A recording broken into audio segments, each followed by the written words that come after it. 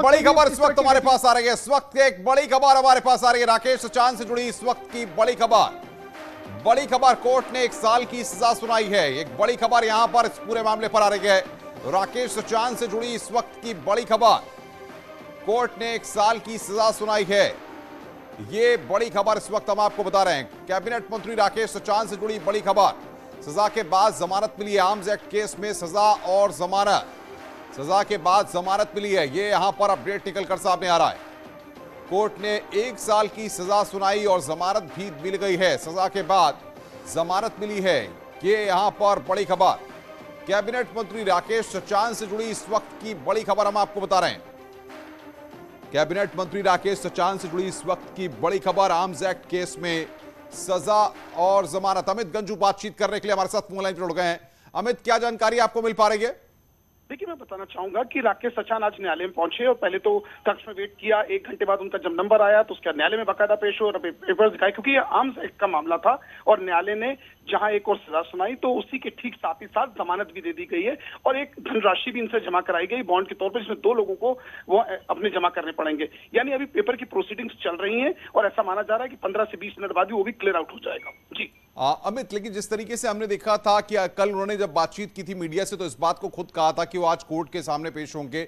आज क्या क्या रहा है प्रोसीडिंग्स में, और सजा के ऐलान के बाद जमानत भी हाथ के हाथ हो गई है?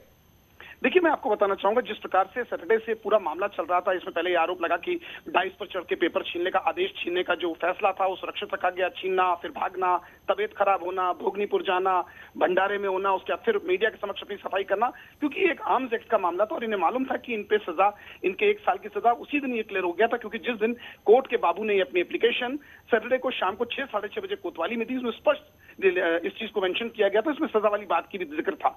क्योंकि अब ये सब चीजें जांच की थी, इसलिए इसे रुक किया गया।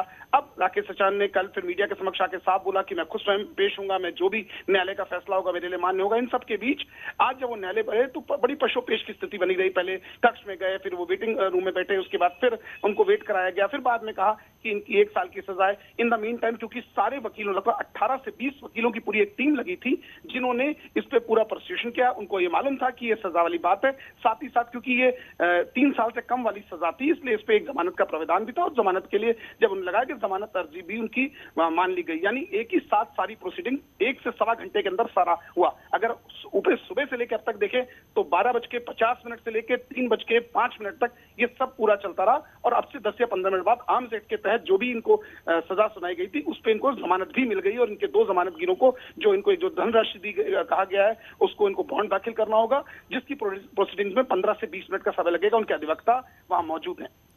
जिस तरीके से उस दिन अधिवक्ता पर भी तमाम बातें निकलकर सामने आई थी, आज जब राकेश सचान अदालत पहुंचे किस तरीके से अपने पक्ष को उन्होंने रखा है? देखिए, पक्ष की बात न्यायालय के अंदर की बात है, ये सब सूत्रों से होती है, क्योंकि न्यायालय के अंदर कोई भी कैमरा कक्ष के अंदर अलाउड नहीं था। या तो उनके अधिवक्ता के माध्यम से चीजें फिल्टर होकर आई हैं या सरकारी वकील के जो असिस्टेंट है उनके माध्यम से चीजें एक एक करके फिल्टर आई हैं। क्योंकि जिस प्रकार से क्योंकि ये आज का मामला नहीं है, 1991 का मामला है और इस पे कई डेट्स लगी और इन्हें मालूम था शनिवार वाले दिन कि इनके अगेंस्ट हुआ है फैसला जो बनाया गया, उसमें 1 साल की सजा का प्रावधान है। शायद इस बात से घबरा गए और अब उनके अधिवक्ताओं को जो एश्योरेंस, बिल्कुल अमित, आप नजर बना के रखिए, आगे भी हम आपसे अपडेट लेंगे। अमित हमारे साथ इस वक्त की बड़ी खबर पर हमें अपडेट दे रहे थे।